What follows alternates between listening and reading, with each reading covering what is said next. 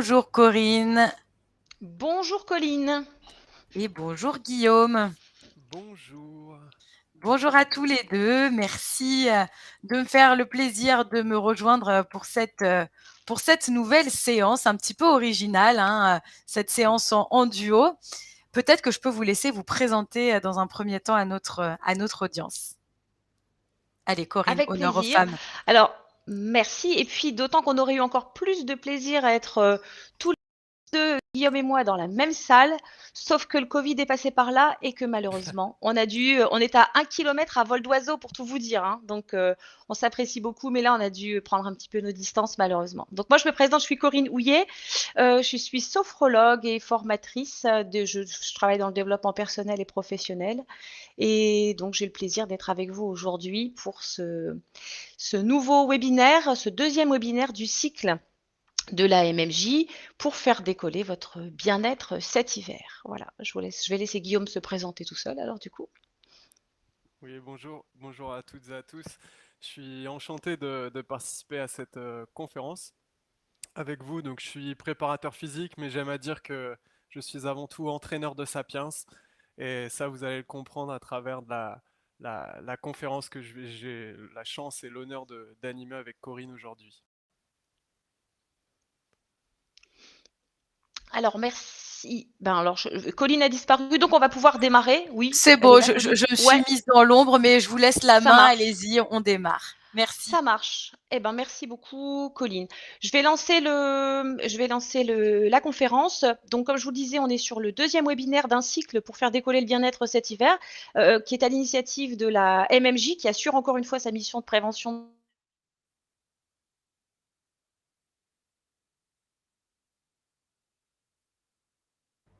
Aïe, aïe, aïe, on a un petit souci de connexion du côté de chez Corinne. Mince alors.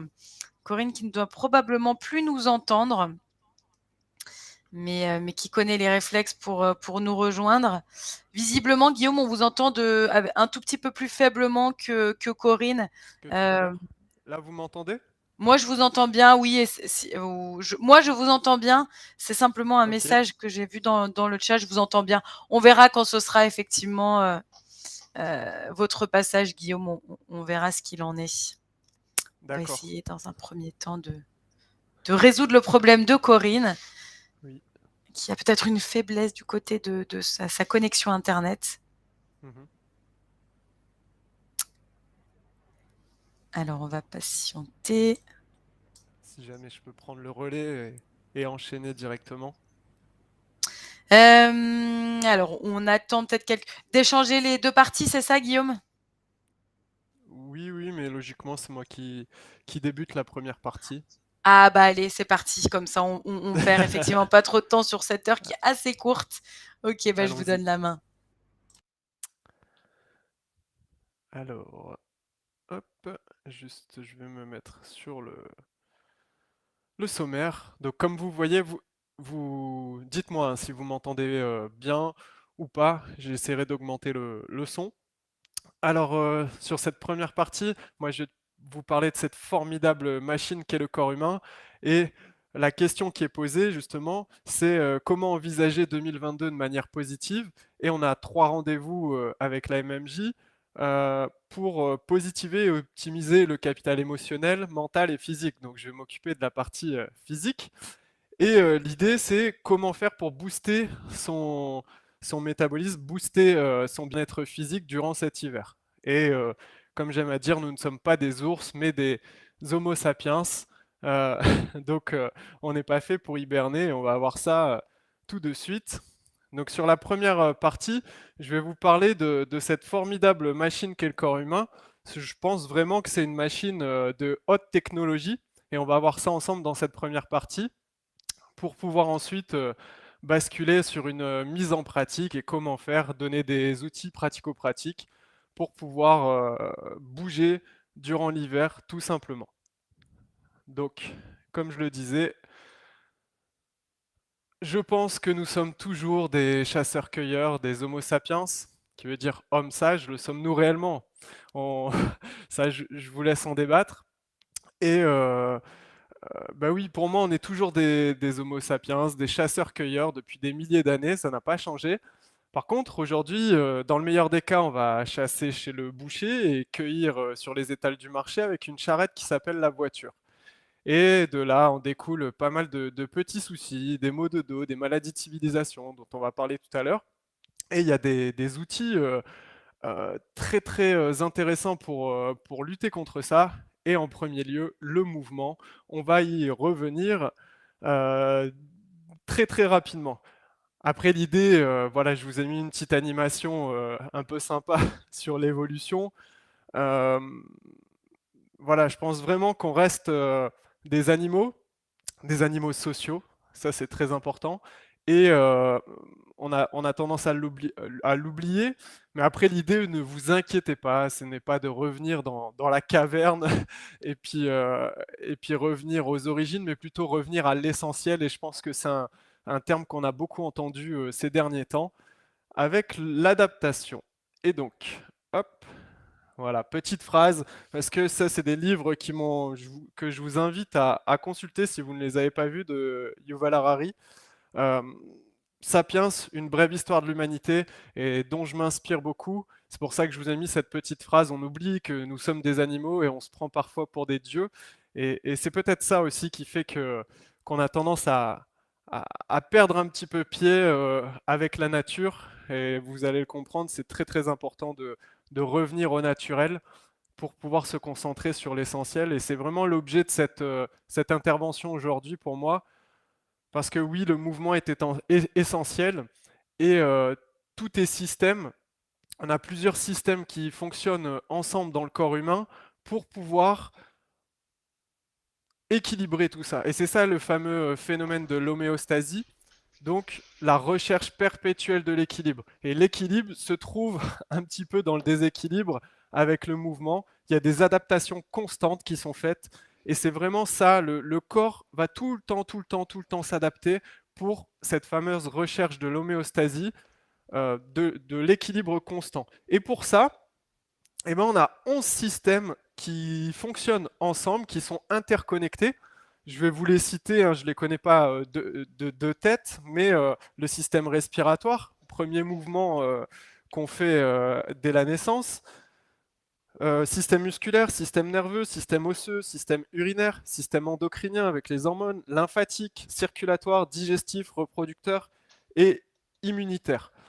Donc, vous voyez à côté, je vous ai mis pour des possibilités infinies, parce que oui, on a des hommes forts, des gens qui sont capables d'aller en apnée très très loin, des fakirs, des contorsionnistes, des gens qui ont un système cognitif très très développé, et on peut agir dessus, justement, c'est ça qui est très bien. Et le mouvement, vous allez comprendre que je prêche beaucoup pour ça, parce que pour moi, le mouvement, c'est réellement la vie. Euh, ben avec le mouvement, on va pouvoir agir sur le système nerveux, sur le système endocrinien, sur le système musculaire, osseux, respiratoire, circulatoire. Donc c'est vraiment quelque chose de très très intéressant, parce que oui, on est sur cette recherche d'équilibre constante et on peut agir dessus. On a vraiment un pouvoir pour pouvoir agir dessus. Donc sur cette formidable machine qui est le corps humain, on a aussi un fonctionnement spécifique, parce qu'on est des machines à brûler de l'énergie. C'est pour ça que je vous ai mis ce petit rappel, comment fonctionne le corps. Je pense que c'est intéressant et important de parler de ce métabolisme et cette dépense énergétique journalière. Comment ça s'organise? Et bien, comme vous le voyez sur mon petit graphique, la majorité, 55%, c'est dédié au métabolisme de base. C'est quoi le métabolisme de base? C'est l'énergie qu'on dépense sans rien faire, juste pour assurer nos fonctions vitales. Donc allonger le matin dans le lit, c'est juste assuré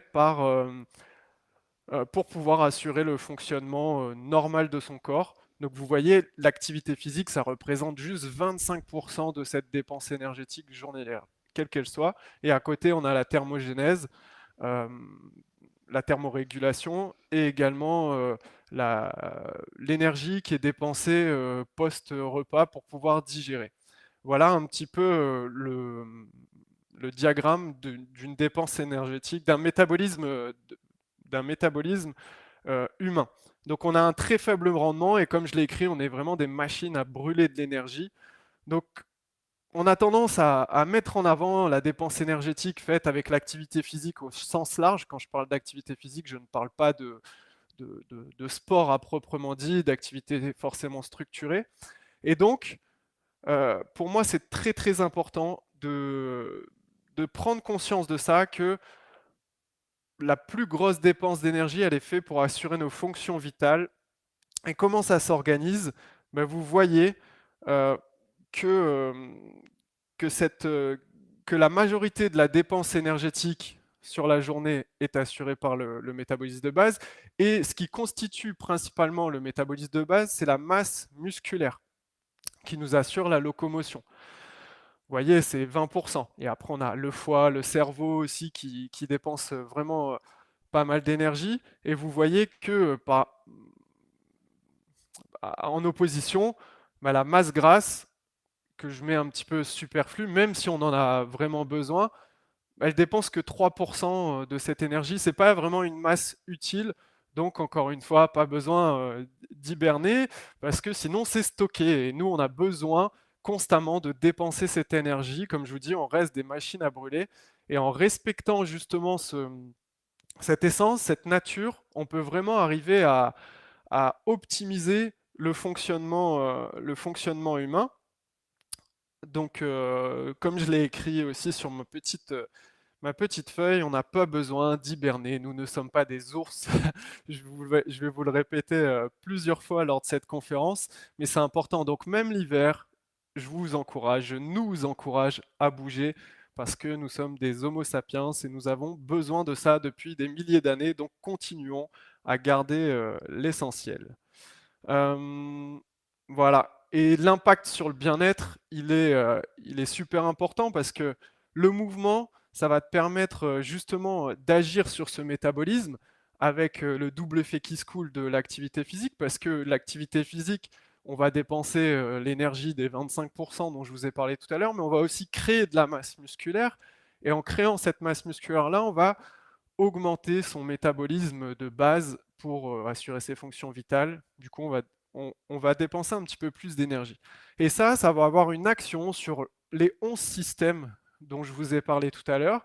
Et par effet boule de neige, on va avoir un impact au niveau santé. Et du coup, bah, la motivation, elle va augmenter un petit peu aussi. Et ça va nous encourager à bouger toujours plus. Voilà un petit peu, moi, ce que j'appelle le cercle vertueux du mouvement.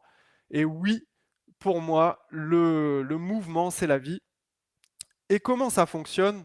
Là, je vous ai mis une petite diapo un petit peu voilà, provocatrice et aussi évocatrice. Moi, je préférais parler de ça. Parce que oui, le premier mouvement de la vie, c'est la respiration. Donc, il est important de l'utiliser parce que chaque mouvement qu'on n'utilise pas, on va le perdre petit à petit. Ça sera certaines fonctions.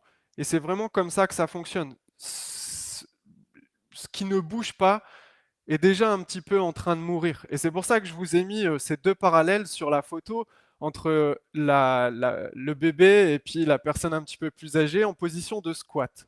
Parce que oui, le mouvement, c'est la vie. Et le squat, ça peut être un petit peu apparenté à la vie qui est fait de haut et de bas, parce que le squat, c'est pareil, c'est fait de haut et de bas.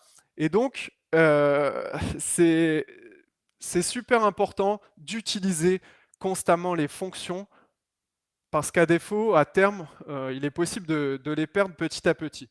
Donc, le mouvement, pour moi, c'est vraiment une prévention. Et là, aujourd'hui, est-ce que parmi vous, je vous mets une petite question, est-ce que vous êtes capable de tenir cette position de squat, comme on peut le voir, le dos droit, pendant 5 minutes sans aucune douleur, aux hanches, aux genoux, aux chevilles?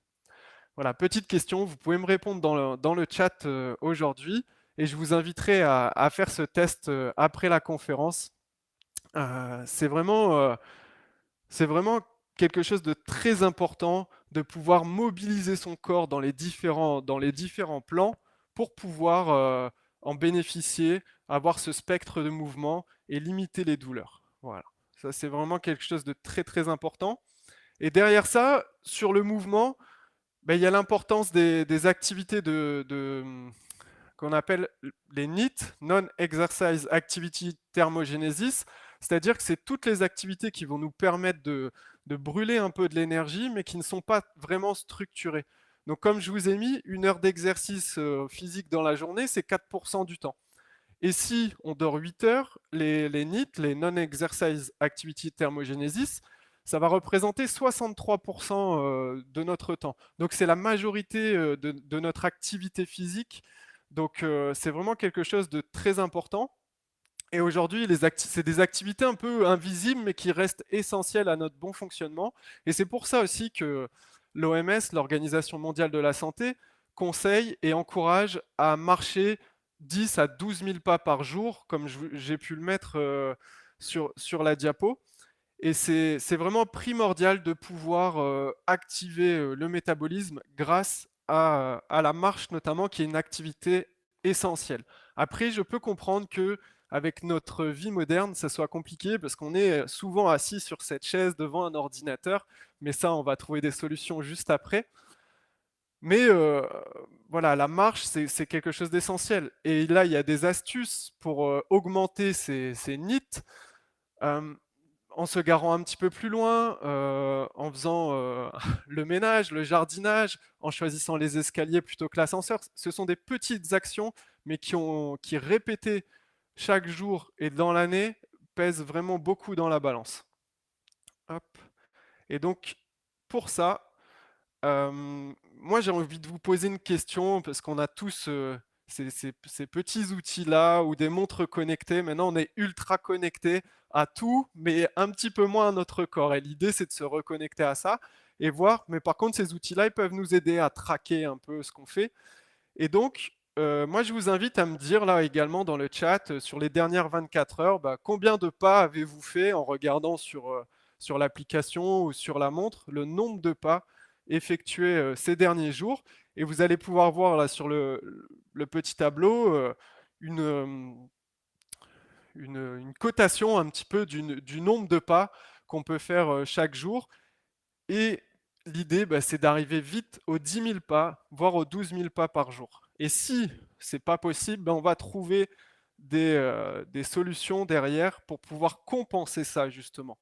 Parce que voilà, c'est gratuit, on est tous capables de faire le mouvement chaque jour, quel que soit après les blessures ou autres, les petits problèmes. On peut tous trouver des mouvements à faire chaque jour, et c'est super important pour les fameuses hormones du bonheur, la sérotonine, l'ocytocine, les endorphines, la dopamine.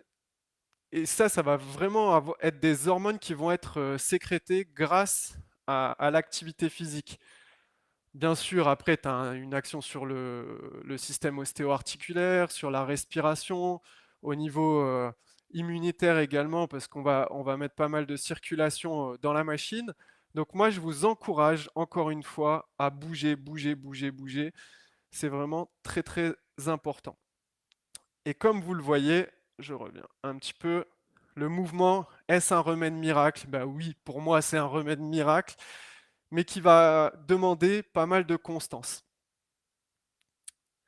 Et voilà, aujourd'hui, on a pas mal de maladies de civilisation qui apparaissent. C'est pour ça que je vous ai contextualisé mon intervention sur l'Homo sapiens, les Homo sapiens que nous sommes, les hommes sages, les fameux hommes sages. Eh bien, avec le temps et cette immobilisation qui est arrivée avec nos différentes activités, qui sont un peu, comme je vous l'ai montré, un peu à l'encontre de notre nature, eh bien, les maladies de civilisation arrivent. Et justement, grâce au mouvement, on peut agir dessus. Comme je vous l'ai représenté sur cette infographie, vous avez vraiment beaucoup d'atouts, de bénéfices à faire de l'activité physique, comme vous pouvez le voir. Et moi, je pense réellement que c'est le mode de vie, l'intégration de ce mouvement constant dans son mode de vie qui fait la différence. L'idée, c'est pas de faire énormément, mais c'est la répétition qui fait, qui fait vraiment l'effet. Donc les doses que vous allez pouvoir mètres chaque jour. C'est vraiment ça qui va faire la différence.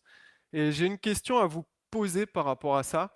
Quelle est selon vous la meilleure activité physique? Quelle est selon vous la meilleure activité physique à pratiquer pour nous, chers Homo sapiens?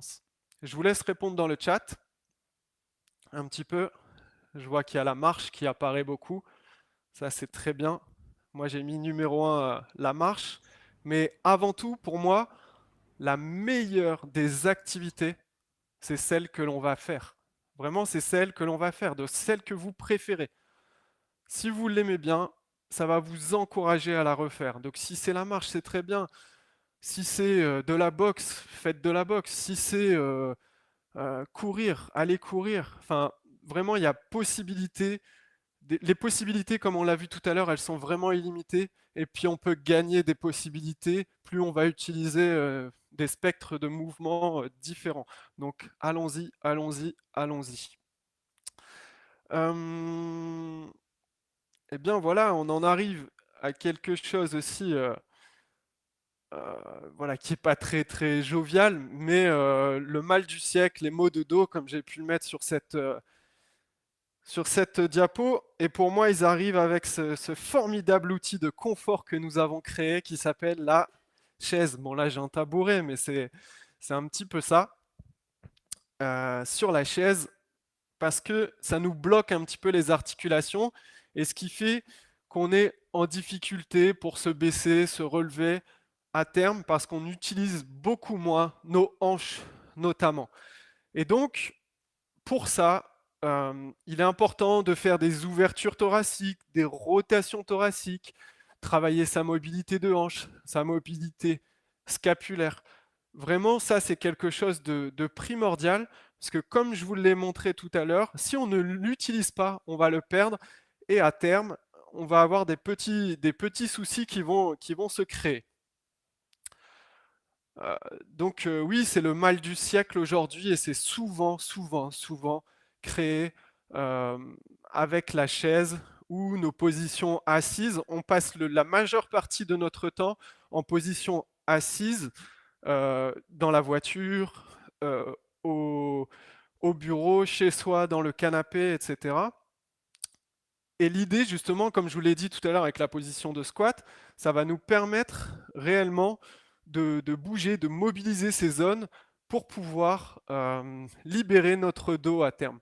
Parce que notre corps fonctionne avec un système articulaire vraiment de haute technologie, et c'est dommage de s'en passer. Donc là, je vous ai mis quelques mouvements vraiment salvateurs pour le dos. Et comme ça, je vous laisse les consulter, puis on va en faire quelques-uns. Je vous mets un petit teasing pour la fin de mon intervention. On va en faire quelques-uns tous ensemble. Euh, Vous allez tous pouvoir le faire si vous êtes assis au bureau ou chez vous. Et vraiment l'idée, mobilisons ces zones sans douleur. Donc si j'ai un lumbago, si j'ai une sciatique, si j'ai des problèmes d'épaule, il y a toujours une possibilité de créer du mouvement. On est beaucoup moins maintenant sur des, des blocages, par exemple si je me fais une entorse de cheville ou autre. On est beaucoup moins dans l'immobilisation maintenant, parce qu'on sait très bien que la mobilisation douce, progressive et constante va nous permettre de regagner ses capacités. Le corps a un pouvoir de s'auto-soigner, entre guillemets. Mais ce n'est pas l'objet du débat aujourd'hui. Et donc, comment faire aussi, parce qu'il y a une excuse que j'entends tout le temps, tout le temps, tout le temps, et qu'on aime bien rappeler, c'est je n'ai pas le temps. Personne n'a le temps. Et pour ça, moi j'ai une solution vraiment magique qui existe, c'est les blocs de 5 minutes. Donc, comment être capable de mettre l'activité dans sa journée? Je pense qu'en mettant des petits blocs de 5 minutes, ce que j'appelle la politique des petits pas, eh ben, on peut vraiment aller loin. Parce que si tu mets 5 minutes, j'ai fait le calcul, si tu mets un bloc de 5 minutes sur 365 jours, tu arrives à plus de 30 heures dans l'année. Donc on s'en rend pas compte, mais juste 5 minutes par jour, à la fin de l'année, les effets cumulés font que ça nous représente 30 heures dans notre année. Et ça, pour le corps, c'est très bien. Ça nous permet quand même de développer pas mal de compétences. Donc, vraiment, je vous invite chacun à pouvoir placer des blocs de 5 minutes dans votre journée. Et vraiment, ça fait toute la différence. Et donc, juste, du coup, suite à ça, j'ai une question pour vous,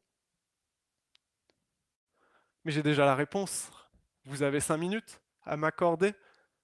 Donc, dites-moi dans le chat si vous avez 5 minutes à m'accorder, si vous avez un petit peu d'espace à à côté de vous, euh, pour pouvoir pratiquer ensemble juste 5 minutes d'activité.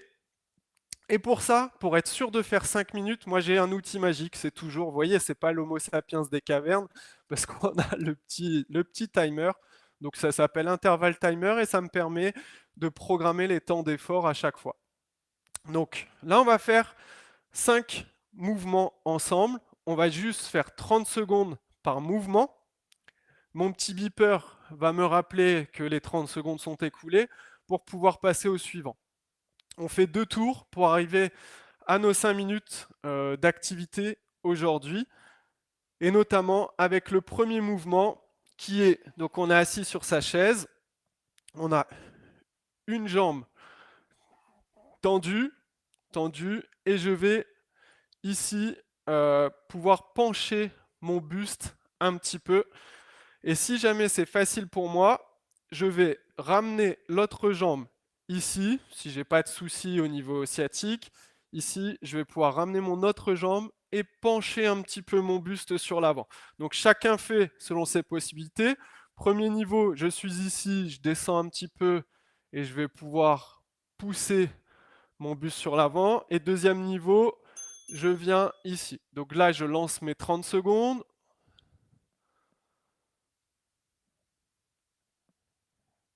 Et je pousse mon buste sur l'avant. J'essaie de rester le plus droit possible.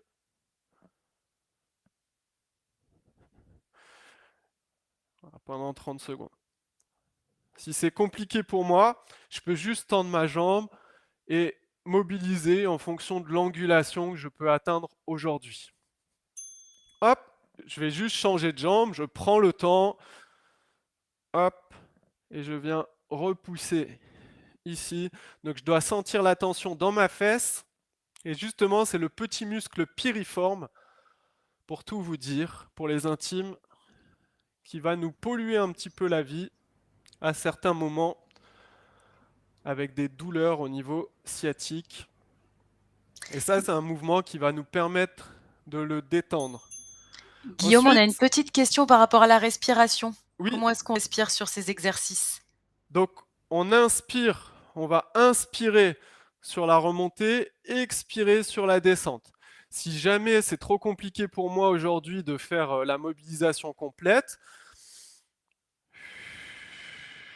j'inspire avec le nez et je souffle comme si je soufflais dans une paille, tranquillement, en augmentant la pression sur mon mouvement. Sur mon troisième mouvement, je vais relancer mon petit chrono. On va faire le mouvement, je vous le mets de profil, le mouvement de la tortue. Ici, l'idée c'est quoi? C'est je pousse mon menton sur l'avant et je rentre mon menton, ma tête sur l'arrière. Je pousse et je rentre. Je pousse et je rentre.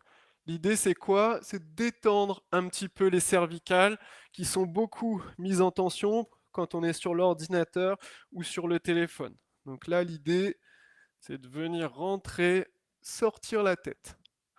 Je rentre et je sors la tête. J'inspire, j'expire. Justement, c'est une très bonne question. Le mouvement se cale sur la respiration. Ensuite, je vais juste me lever, mettre sur la table et je vais arrondir mon dos et creuser mon dos. Ça s'appelle le mouvement du 4 camel, du chat et du chameau. Donc je fais un dos rond, je rentre mon menton contre la poitrine et je libère la colonne en inspirant et en regardant vers le haut. J'expire et j'inspire en levant la tête et je creuse mon bas du dos. Allez, encore une quinzaine de secondes.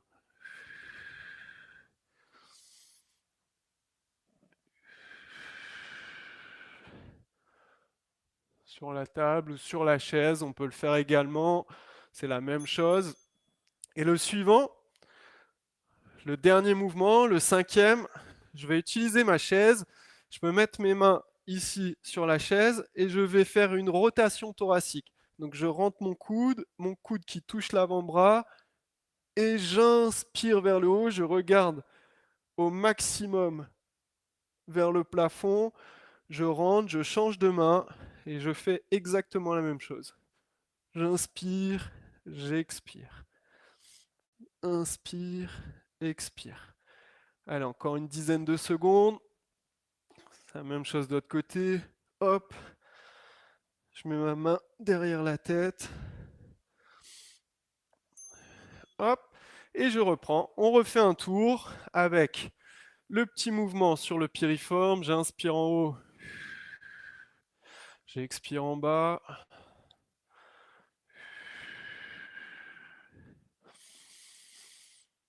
Voilà, maintenant on connaît les 5 mouvements. C'est une routine un petit peu express aujourd'hui.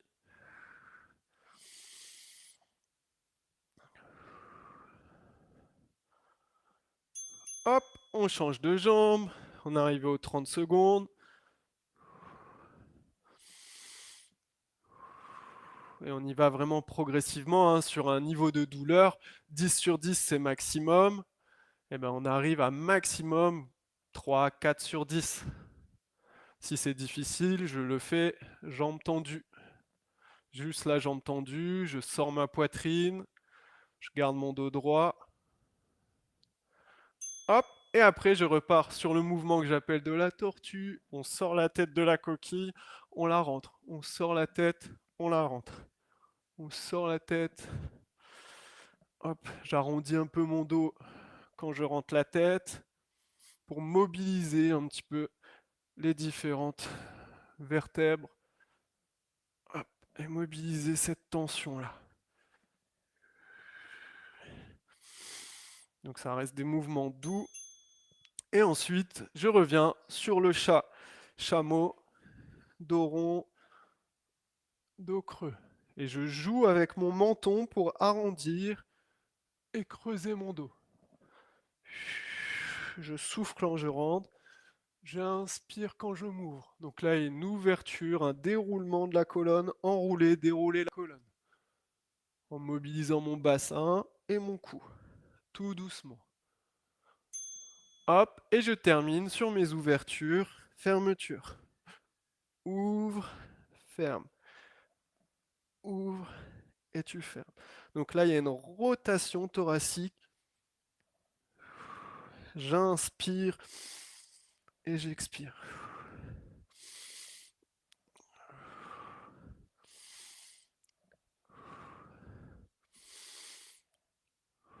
Allez, encore quelques secondes. Dernier mouvement. Et on relâche. Donc vous voyez, juste en 5 minutes, en prenant 5 minutes, je sais pas, justement, dites-moi dans le chat vos sensations par rapport à ça, par rapport à cette mini-routine. On a été très très rapidement, forcément, parce que je vais laisser la place aussi à Corinne. Dites-moi quel est le ressenti là-dessus. Et est-ce que c'est quelque chose que vous allez faire, mettre ces routines, ou que vous faites déjà, mettre ces routines de 5 minutes quotidiennes pour pouvoir mobiliser son dos, soit sur des ouvertures, des rotations, des flexions de hanches, etc. etc. Donc dites-moi ça dans le chat, surtout vos sensations, et si c'est des choses que vous allez refaire par la suite. Je vous remercie de votre attention. Et puis, je passe le micro à Corinne. Merci beaucoup Guillaume. Visiblement, ça fait beaucoup de bien à nos apinautes qui comptent le refaire puisque c'est assez simple et ils sont bien satisfaits de ces quelques exercices. Merci Guillaume. Merci pour votre retour. C'est ça. L'idée, c'est que ça soit simple et réalisable. Alors merci, je suis d'accord avec les commentaires qui ont été mis. C'est pratique, il faut pas de matériel, il faut pas beaucoup d'espace non plus pour le faire. Et c'est vrai que ça apporte un bien-être, une sensation de détente assez instantanée. Donc voilà, alors moi je vais enchaîner avec la deuxième partie. Je vais faire la petite transition en disant simplement en effet que la motivation, si elle peut manquer parfois pour l'activité physique, la motivation, elle naît dans l'action. Donc c'est comme le sourire, souriez sans raison, la raison suivra. Bah, c'est exactement pareil pour l'activité physique. Et vu qu'on enclenche le système de récompense, après, c'est des habitudes qui peuvent s'installer dans le quotidien. Alors moi, je vous propose de vous présenter un acteur majeur de votre équilibre et de votre bien-être. Je vais vous parler de votre nerf vague. Alors, le nerf vague, qu'on appelle aussi le nerf X ou le nerf pneumogastrique, on l'appelle vague parce que il est errant, il est vagabond. Hein, c'est sa nature généraliste qui fait qu'on l'appelle le nerf vague. C'est le 10e des 12 nerfs du cerveau et c'est aussi le plus long du corps humain. En passant par le cou, le thorax et l'abdomen, il permet de relier le tronc cérébral au poumon, au cœur, au foie, à la rate, à l'estomac, à l'intestin.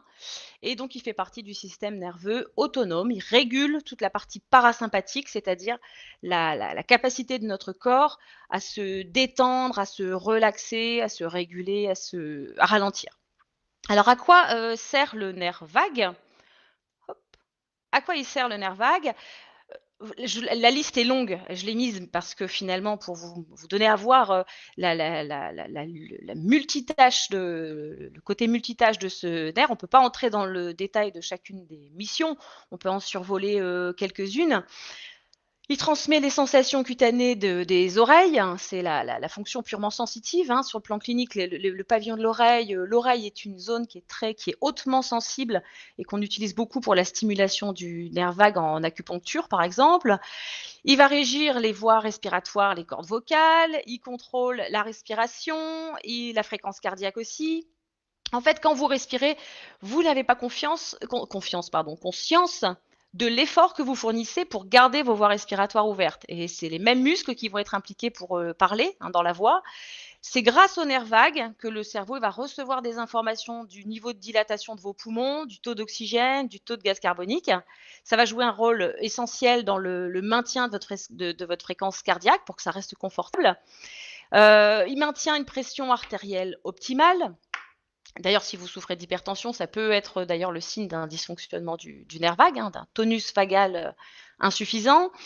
Il contrôle les fonctions hépatiques, il active la vidange de la vésicule biliaire. Le foie, c'est l'organe qui détermine les parties du corps où le sang doit circuler. C'est un organe qui accomplit des centaines de tâches et c'est par le biais aussi du nerf vague qui est connecté à cet organe. Et une fois que le foie a produit la bile, par exemple, la bile, elle est envoyée dans la vésicule biliaire, elle y reste un petit peu jusqu'à ce qu'on ait besoin d'elle. Et ben, c'est quand on mange quelque chose, les papilles, elles vont informer le cerveau qu'on est en train de manger quelque chose.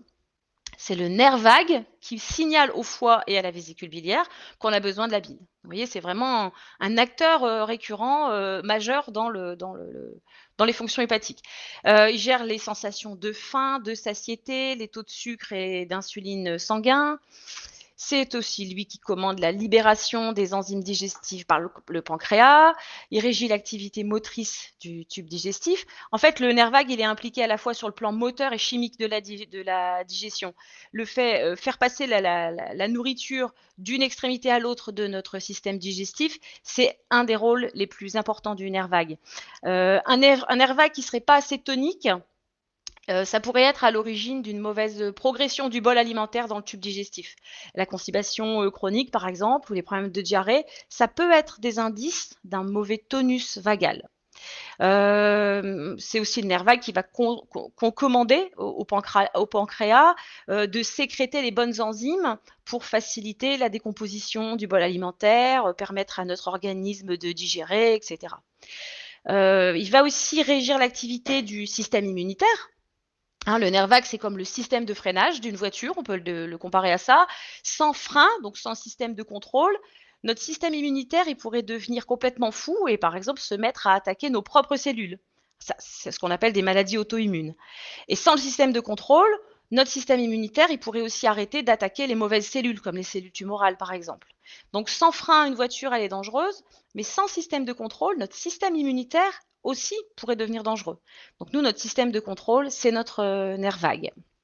Alors il gère l'inflammation des intestins, il relaie les informations du microbiote intestinal.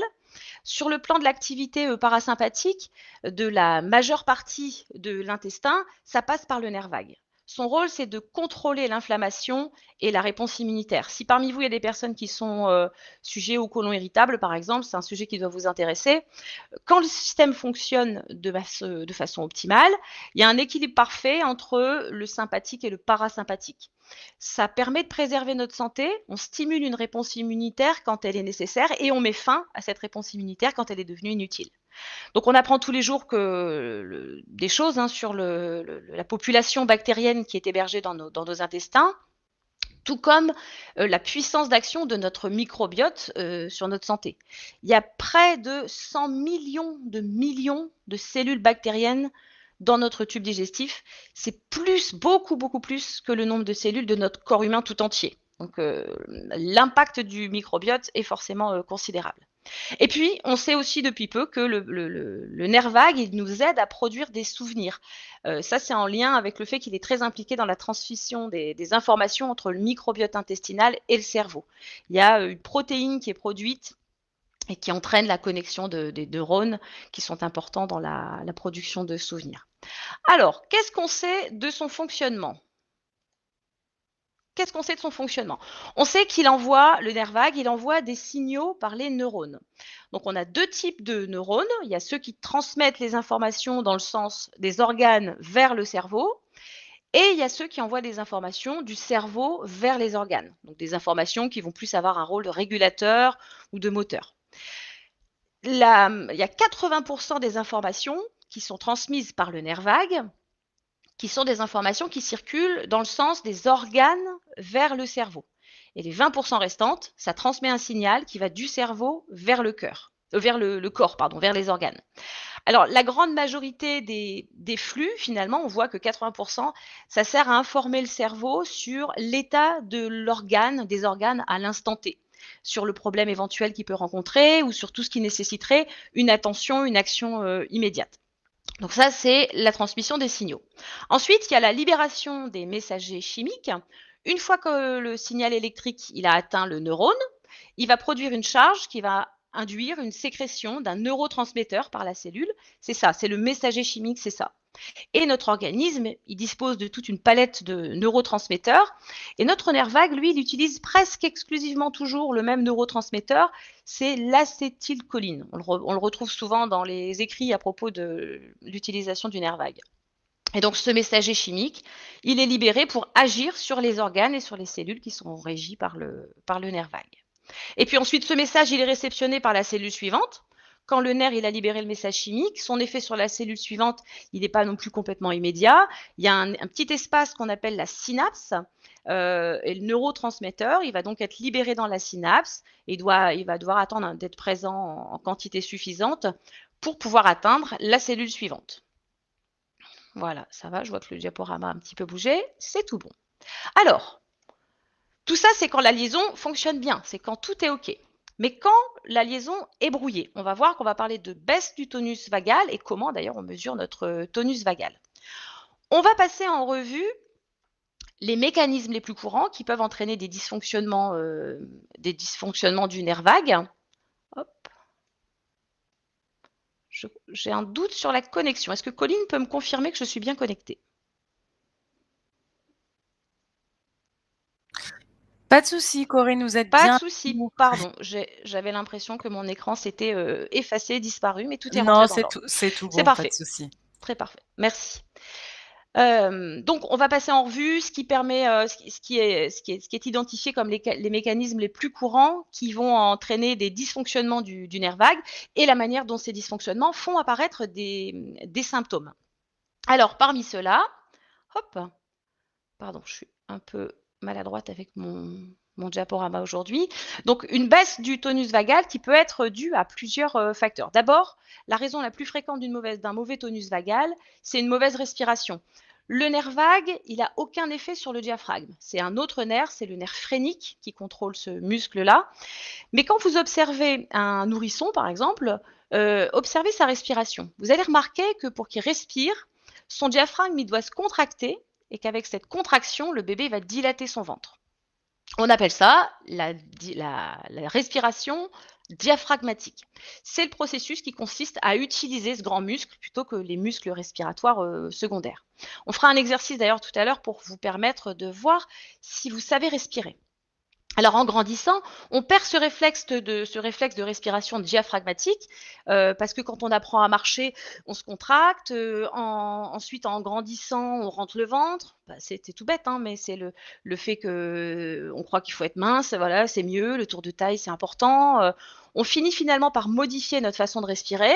Et le mouvement permanent de notre abdomen, comme il n'est pas considéré comme très esthétique, eh ben on compense et on apprend à respirer en rentrant le ventre et en se mettant à utiliser les muscles de la respiration thoracique. Les muscles de soutien qu'on a plutôt tendance à utiliser en situation de stress, en fait. Hein. Donc, si je fais le rapport avec ce qu'a dit Guillaume tout à l'heure, le diaphragme, c'est un muscle, et comme il l'a dit, utilise-le ou perds-le. Pour le coup, si j'utilise pas mon diaphragme, eh ben, je perds sa fonction.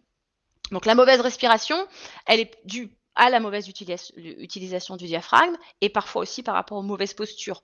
On sait que les mauvaises postures, ça peut entraîner des douleurs, mais on pense moins aux conséquences sur les voies respiratoires et sur notre capacité à respirer correctement.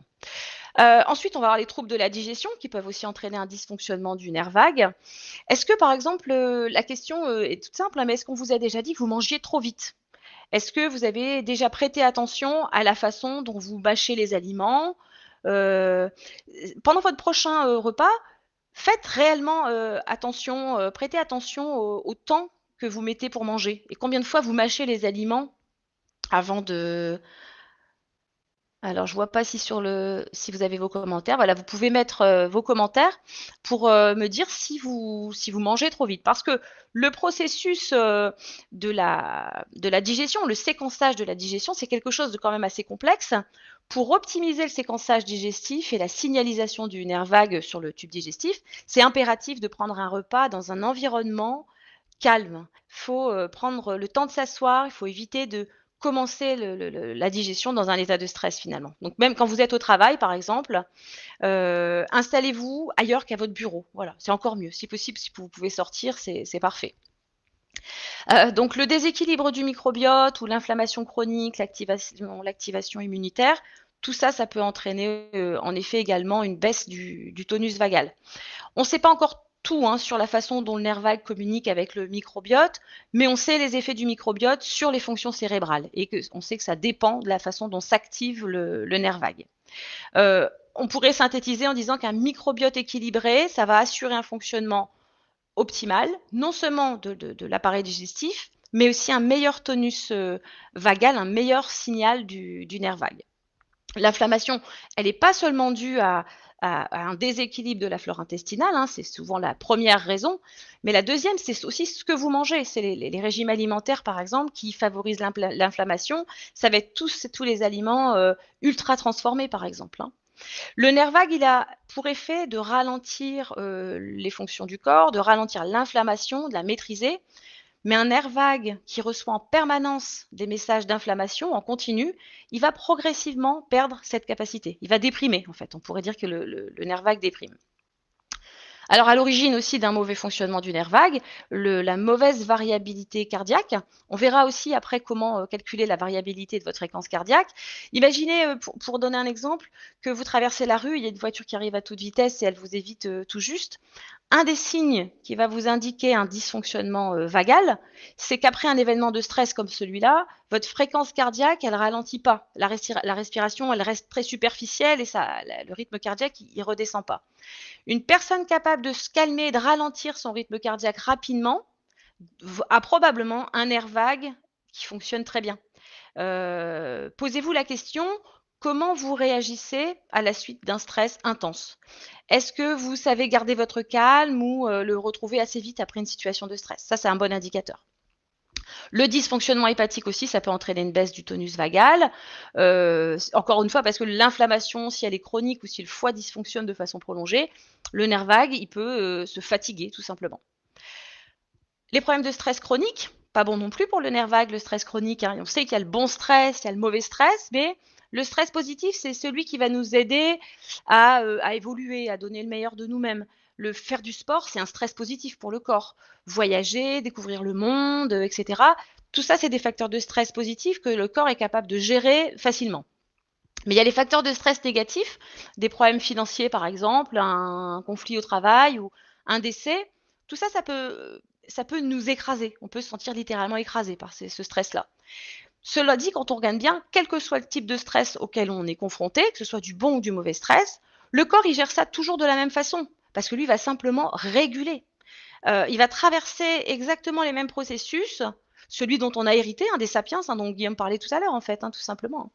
Donc, pour que notre corps il fonctionne de façon optimale, il faut qu'il soit du côté parasympathique 80% du temps. Il faut être capable de passer plus de temps dans des moments de détente. Alors, les petits facteurs de stress chroniques, c'est les petits tracas du quotidien, la vie quotidienne, les embouteillages, les soucis de famille, etc. Tout ce qui s'accumule et qui peut peser lourd plus qu'on imagine, en fait. Et c'est ça qui crée le déséquilibre en réalité. Donc, pour rester en bonne santé, il faut se créer des habitudes de vie positives et réussir à rester le plus rapidement, à revenir le plus rapidement possible d'un état sympathique à un état parasympathique. Cela dit, pour pouvoir agir sur notre niveau de stress, il faut encore avoir identifié les facteurs de stress, ceux auxquels on est exposé, et les agents stresseurs invisibles, vous voyez, tous ceux qui se cachent dans les angles morts, en fait, ceux qu'on ne remet même plus en question finalement parce qu'on s'y est habitué. Donc tout ça, le stress chronique, pas bon pour le nerf vague. Après, il y a les troubles du sommeil, les troubles du rythme circadien, parce que le sommeil, c'est la santé. On a déjà eu l'occasion d'en parler dans un précédent webinaire. Il y a 5 stades au niveau du sommeil. Celui qui représente vraiment the programme d'entraînement de votre nerf vague, c'est le stade de sommeil profond, le sommeil réparateur, celui qui est associé à la récupération physique, la croissance, le développement, la stimulation du système immunitaire. En gros, tout ce qui est géré par le nerf vague et qui vous permet d'être performant le matin au réveil, tout simplement. Donc, mauvais sommeil égale impact sur le nerf vague également. Le manque d'interaction sociale également, on a besoin de liens sociaux. La preuve, c'est qu'en prison, vous voyez, la punition ultime, c'est l'isolement. Donc, on sait que c'est pas dans la nature de l'homme, en fait. Des personnes qui sont déprimées, si on les met en situation d'interagir avec d'autres personnes, leur état va s'améliorer. Et du coup, l'activité de leur nerf vague va augmenter aussi. On est capable de faire le lien entre la dépression et un faible tonus vagal. Donc, c'est des choses qui sont c'est mesurable. Alors, comment on va pouvoir mesurer le tonus vagal? Il y a plusieurs façons de le faire. D'abord, la variation de la fréquence cardiaque. Cette variation de la fréquence cardiaque, la VFC, c'est le moyen de mesurer le fonctionnement du nerf vague. On peut faire mesurer ça par un professionnel avec du matériel très pointu, mais on peut aussi le faire chez soi, tout simplement. Il faut comprendre déjà le fonctionnement du cœur. Le fonctionnement de notre cœur, il se fait en 2 temps. Il y a le sang qui pénètre à l'intérieur du cœur grâce aux oreillettes et les ventricules qui vont expulser le sang dans les vaisseaux sanguins. Un battement de cœur, en fait, un battement cardiaque, ça se fait en 2 temps. Et on peut différencier ces 2 temps en 2 sons. Poum-ta, poum-ta, poum-ta, poum-ta. Et bien, les poums, le poum, c'est les oreillettes qui pompent le sang dans les ventricules, qui pompent le sang, et le ta, c'est les ventricules qui expulsent le sang. Et entre 2 poum-ta, il y a un intervalle pendant lequel le cœur n'a pas d'activité électrique. Et bien, la variabilité de la fréquence cardiaque, c'est ce qu'on va mesurer en millisecondes, la mesure de l'intervalle entre 2 battements du cœur. Alors, le fait que cet intervalle entre 2 battements cardiaques puisse varier ou non, et de combien il va varier, ça va être un indicateur important de la santé cardiovasculaire et du système nerveux autonome. Plus le nerf vague est actif, plus la fréquence cardiaque, elle va être basse, et plus l'intervalle va être variable aussi. On va donc mesurer la fréquence cardiaque au repos et après l'effort. Cette mesure au repos, elle va dire simplement comment votre corps fonctionne. Une personne en bonne santé, sa fréquence cardiaque optimale, elle doit se situer entre 50 et 70 battements par minute. 50 chez un sportif comme Guillaume, 70 chez une personne moins active comme moi, par exemple. Voilà. Alors après un effort physique, on va mesurer à quelle vitesse votre fréquence cardiaque, elle est capable de retrouver son rythme de repos. Alors, le fait d'avoir besoin de beaucoup de temps pour récupérer après l'effort, c'est le signe d'une mauvaise santé cardiovasculaire, mais aussi d'un tonus vagal qui est insuffisant, parce que la signalisation vagale, elle joue un rôle dans le ralentissement de la fréquence cardiaque. Donc, c'est un indicateur. On va considérer que la récupération, elle est bonne si votre fréquence cardiaque, elle diminue de 12 battements à chaque minute. Donc, ça implique qu'il faut d'abord avoir pris plusieurs fois son pouls au repos pour compter le nombre de battements par minute au repos. Et dans un second temps, vous faites votre activité sportive et puis vous mesurez votre fréquence cardiaque tout de suite après la séance en utilisant la même méthode en fait. Vous comptez le nombre de battements par minute tout de suite après l'effort. Vous recommencez après 2 minutes, après 4 minutes, après 6 minutes et vous devez observer la récupération. Donc après 2 minutes, votre fréquence cardiaque, elle doit avoir baissé de plus de 24 battements par minute. Après 4 minutes, de plus de 48. Après 6 minutes, en principe, après 6 minutes, vous devriez avoir retrouvé une fréquence qui est proche, une fréquence cardiaque qui est proche de celle du repos. Plus vous vous entraînez, plus vous récupérez. Et plus votre nerf vague, il va fonctionner efficacement les fois d'après. Encore une fois, utilise-le ou perds-le, tout simplement. Le cœur, c'est un muscle également, tout simplement. Le test de respiration paradoxale. Ça, c'est aussi un bon moyen de mesurer, d'évaluer l'efficacité de votre nerf vague. Est-ce que vous utilisez votre diaphragme pour amorcer votre respiration? On peut faire le test. Vous allez vous asseoir bien droit sur votre chaise. Vous allez placer la main droite sur votre poitrine et votre main gauche au milieu de votre ventre. Vous allez prendre une profonde inspiration. Si votre main droite, elle s'est déplacée plus que votre main gauche, je suis désolée, c'est que vous respirez mal. Alors, normalement, quand on respire correctement, c'est le ventre qui doit se gonfler et se dégonfler plus que la poitrine. Alors, chez beaucoup de gens, je vous rassure, c'est l'inverse qui se produit. C'est ce qu'on appelle la respiration paradoxale, hein, et ça indique que vous n'utilisez pas suffisamment votre diaphragme pour respirer pleinement et profondément. Alors, si c'est votre cas, pas d'inquiétude, hein, une pratique quotidienne, c'est comme de la rééducation, ça va régler le problème. Et puis après, il y a le temps du transit intestinal ou le test des graines de sésame. La question ici, c'est est-ce que vous digérez les aliments à la bonne vitesse? Les aliments qu'on avale, ils doivent être transformés, décomposés dans un certain laps de temps. Et ce test, il va vous donner des informations sur le fonctionnement du tube digestif. On sait que le nerf vague intervient beaucoup sur le tube digestif.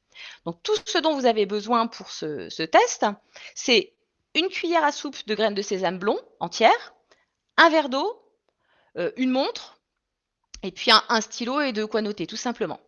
Alors, pourquoi des graines de sésame? Juste parce que l'intestin, il n'a pas les enzymes qui permettent de digérer, de décomposer les graines de sésame, donc c'est pour ça que c'est pratique de réaliser ça avec le test. Donc, qu'est-ce que vous faites? Vous versez les graines de sésame dans le verre d'eau, vous remuez bien, et vous avalez l'eau avec les graines de sésame, sans les mâcher, voilà, et vous notez l'heure sur un bloc-notes pour vous rappeler à quelle heure vous les avez ingérés. Et là, il n'y a plus qu'à attendre que le besoin d'aller aux toilettes, tout simplement, se fasse sentir, et vous allez surveiller pour voir quand les graines de sésame réapparaissent. Vous notez l'heure à laquelle elles apparaissent, et puis vous allez continuer à vérifier jusqu'à ce que vous ne les voyez plus. Idéalement, le sésame, il doit apparaître dans une fourchette entre 12 et 20 heures environ après l'ingestion. 16 heures, c'est l'idéal, c'est optimal. Si vous éliminez les graines en moins de 12 heures, ou en plus de 20 heures, ça veut dire que le tube digestif, il ne travaille pas assez, que votre nerf vague, il ne fonctionne pas de façon optimale. Dans les deux cas, de toute façon, vous pouvez faire analyser votre microbiote pour chercher ce qui pourrait poser problème dans le transit intestinal, tout simplement. Voilà, 3 façons de mesurer votre tonus vagal. Alors, du coup, on va s'intéresser, de se dire, bah voilà, mais comment je peux le stimuler, comment je peux l'activer, comment je peux faire en sorte de booster mon nerf vague. On va voir, en fait, on va parler de ce qui permet d'augmenter le tonus vagal. On parlait la semaine dernière d'être acteur de son bien-être. Bah, en fait, c'est toujours d'actualité, hein, que ce soit avec ce que Guillaume a proposé tout à l'heure ou ce dont on est en train de parler maintenant. C'est toujours cette part de vous qui peut intervenir dans le fonctionnement de votre organisme. Alors, qu'est-ce qu'on a? On va faire le tour, voilà, comment on peut stimuler le tonus vagal. Pour réapprendre à respirer, voilà, la première chose, ça va être les exercices de respiration. On devrait, pour réapprendre à respirer, se poser la question, par exemple, des spécialistes de la respiration, les chanteurs d'opéra, par exemple. Eux, ils peuvent chanter longtemps, tenir des notes incroyables sans faire de pause. Céline Dion, elle a jamais l'air fatiguée, quoi. Je l'ai jamais vue Céline Dion essoufflée pendant un concert, par exemple, hein. Donc ça vient tout simplement du fait qu'ils ont appris à respirer, ils ont appris à contrôler le fonctionnement de leur diaphragme, tout en faisant vibrer les cordes vocales. Alors la respiration, on peut prendre l'exemple aussi des sportifs de haut niveau, hein. Ils ont de la pression, ils ont du stress, mais le dénominateur commun chez eux, c'est leur capacité à contrôler ce stress, à maintenir leur respiration optimale pendant une performance. Donc vous aussi, vous pouvez tout simplement recréer un schéma respiratoire optimal et je vais vous le ressortir sur un plateau d'argent. C'est une fois de plus l'exercice de respiration de la cohérence cardiaque, le 365 dont on a parlé la semaine dernière. Vous allez vous concentrer sur le 365 en vous concentrant sur le mouvement de votre ventre. Vous allez chercher à développer de l'amplitude au niveau de l'abdomen. C'est simple, on s'assoit, on peut le faire assis, on peut le faire allongé, c'est pas gênant. Vous pouvez, pour le faire, encore une fois, poser une main sur le ventre et une main sur la poitrine. Et c'est bien le mouvement de votre abdomen que vous devez sentir. Vous allez inspirer en comptant jusque 5, en inspirant par le nez. Vous gonflez uniquement le ventre, il n'y a que la main sur le ventre qui doit s'élever. Et vous allez ensuite expirer par la bouche pendant 5 secondes en dégonflant votre ventre à fond, hein. Il n'y a bien que la main du ventre qui doit s'abaisser. Et vous recommencez pendant 5 minutes. Vous faites 6 respirations par minute pendant 5 minutes. Et idéalement, vous répétez ça 3 fois par jour pour avoir un vrai travail de fond. Alors, si vous avez depuis la semaine dernière déjà adopté cette respiration et que vous êtes prêt à passer à un level au-dessus, je vous conseille la méthode de Wim Hof. Alors, Wim Hof, c'est un néerlandais. Il a l'air complètement fou, complètement dingue. Il est connu surtout pour avoir battu des records de résistance au froid. Alors, il a l'air d'un génie comme ça, mais il est surtout très visionnaire finalement. On l'appelle l'homme de glace aussi. Vous avez peut-être déjà vu des reportages sur lui, parce que son entraînement, sa méthode, elle implique d'utiliser les exercices de respiration pour résister au froid extrême, par exemple. Alors, je vous mettrai dans les ressources que je vais montrer à la fin du webinaire, je vous mettrai sur le site le lien pour retrouver ses outils sur Internet, son application qui est gratuite. C'est juste génial ce qu'il propose. C'est pas facile, mais c'est génial. Ensuite, pour stimuler le tonus vagal, un sommeil réparateur, évidemment, hein. Donc là, les conseils d'hygiène d'un bon sommeil, pareil, je vous les rappellerai, je vais accélérer pour finir dans les temps, mais je vous remettrai toutes les règles d'hygiène du sommeil avant d'avoir recours à quoi que ce soit. Assurez-vous déjà d'avoir réuni toutes les conditions pour bien dormir. L'exposition au froid et à la lumière du soleil, ça aussi, c'est quelque chose qui est favorable à la stimulation du système nerveux parasympathique. Là, l'exposition au froid, c'est lui d'ailleurs sur la photo, c'est Wim Hof. C'est la cryothérapie en fait. Ça apprend au corps à réguler la respiration. C'est un effet stimulant hyper positif, très global en fait du nerf vague. C'est hautement anti-inflammatoire sur l'organisme en général, hein. Alors le chant, pareil, hein, une autre façon de stimuler le nerf vague, c'est d'utiliser les muscles volontaires, ceux qu'on peut contrôler consciemment. Chanter, faire vibrer les cordes vocales, tout ce qui va stimuler les muscles du larynx, et donc forcément du coup là, les fibres du nerf vague. La musique, ça détend, donc ça permet au corps de récupérer. Ça va aussi dans le sens de l'optimisation du nerf vague. Le réflexe pharyngé, les gargarismes. Ce réflexe pharyngé, c'est ce qui nous protège de l'étouffement, c'est ce qui nous empêche de faire une fausse route, hein. Donc, quand il y a un aliment qui arrive dans la bouche, ça touche le voile du palais, hein, la partie molle qui est située à l'arrière, et il y a un signal sensoriel qui est envoyé au cerveau. Pour stimuler volontairement ce réflexe, par exemple, quand vous vous brossez les dents, vous pouvez effleurer, caresser votre voile du palais avec la brosse à dents, par exemple. Pour les mêmes raisons, d'ailleurs, les gargarismes, c'est ça. Mettez de l'eau au fond de la gorge, rincez la gorge. Et un gargarisme, ça active les 3 muscles pharyngés. Donc, c'est une autre bonne façon d'activer le nerf vague à travers l'activation musculaire. Après, il y a toutes les disciplines comme le yoga, le pilate, la méditation, les exercices de pleine conscience, donc en gros la sophrologie aussi. Le point commun de toutes ces disciplines, c'est la respiration. C'est le fait de ralentir, de faire qu'une chose à la fois, le fait de se concentrer sur soi, sur le schéma corporel.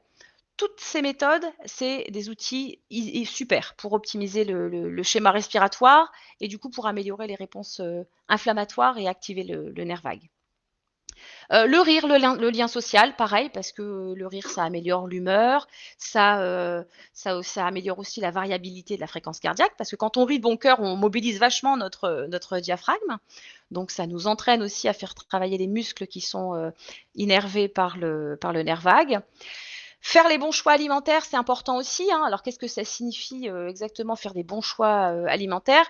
Quand on cherche à améliorer le fonctionnement du nerf vague, on va manger des aliments qui vont contenir notamment des nutriments très spécifiques qui vont favoriser la production de ce fameux neurotransmetteur, l'acétylcholine, le principal neurotransmetteur qui est utilisé par le nerf vague. Et quand le taux ce taux est trop faible dans l'organisme, ça peut impacter l'activité du nerf vague. Donc manger par exemple des jaunes d'œufs, des abats, manger du foie de bœuf, de poulet, de dinde, d'alécithine de soja. Voilà, tous les aliments qui vont favoriser la production d'acétylcholine. Autre façon, d'ailleurs, j'y pense maintenant, une autre façon d'améliorer le fonctionnement du nerf vague, c'est aussi de le mettre en vacances, de lui offrir du repos. Le jeûne intermittent, c'est efficace aussi pour améliorer à la fois la variabilité de la fréquence cardiaque. C'est parfait pour équilibrer la glycémie, ça améliore le niveau d'énergie, ça aide aussi à limiter le stress. Le jeûne intermittent aussi, on pourrait une fois faire un sujet là-dessus, carrément, parce que c'est vraiment aussi une méthode qui est très intéressante. Et puis l'activité physique, évidemment, mais je crois que Guillaume a déjà beaucoup parlé, ça améliore forcément l'état global et l'activité du nerf vague. Alors, ça, c'est tout ce que vous pouvez faire vous-même. Mais en plus de tous les exercices que vous pouvez faire par vous-même, il y a des traitements passifs, qu'on appelle passifs, qui vont pouvoir stimuler le nerf vague. Alors, petit bémol, demandez quand même conseil à votre médecin hein, avant d'entamer ce genre de traitement. L'acupuncture auriculaire, l'auriculothérapie, on parlait tout à l'heure, hein, c'est là où l'oreille, le rameau du nerf vague est très important. La stimulation de cette zone-là, elle est hautement sensible, ça va avoir des effets sur le nerf vague. Les massages thérapeutiques, la réflexologie, la chiropractie, tout ce qui va permettre de détendre en fait. Et ça augmente les fonctions vagales. La mobilisation viscérale, par exemple, ça c'est une thérapie qui est généralement qui va être pratiquée par des ostéopathes ou des naturopathes aussi. Ça consiste à manipuler doucement les organes de l'abdomen pour augmenter le flux sanguin, pour diriger le flux sanguin vers les zones qui ne fonctionnent pas de façon optimale. La chiropraxie, alors ça c'est plus parce que une articulation par exemple qui n'est pas mobilisée hein, dans toute son amplitude pendant un moment, pendant une longue période, eh ben les muscles qui vont entourer cette articulation, ils vont finir par se dégrader, enfin se raidir ou s'affaiblir. Et contrairement à ce qu'on pense, on a tendance à plus souffrir du manque de mouvement plutôt que de l'utilisation excessive d'un mouvement. C'est encore pareil, c'est utilise-le ou perds-le. Ça s'applique aux articulations également. Et puis le dernier, c'est la stimulation électrique. Alors, aussi prometteuse soit-elle, commencez par prendre les bonnes habitudes avec ce qu'on a vu avant, hein, les choses que vous pouvez faire par vous-même avant d'essayer ce type de traitement. Si vous êtes capable de contrôler efficacement l'activité de votre nerf vague en pratiquant les exercices qu'on a vus, il y a de fortes chances que votre état de santé puisse s'améliorer sans risque et sans coût supplémentaire, quoi, en fait. Voilà. Alors, toutes les ressources de ce webinaire, vous allez pouvoir les retrouver comme d'habitude sur le site www.sophrologie-béthune.fr. Toujours la rubrique Sophro en ligne. Il y a, il y a une page spécialement réservée pour la MMJ.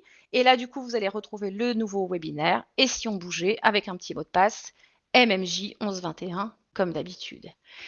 Et je vous remercie pour votre attention. On avait beaucoup de choses à dire. On a eu des petits problèmes. J'ai eu des petits problèmes techniques tout à l'heure. Et j'espère que cette cette conférence a répondu à vos questions. S'il y en a d'ailleurs, moi je suis toute volontiers disponible à y répondre.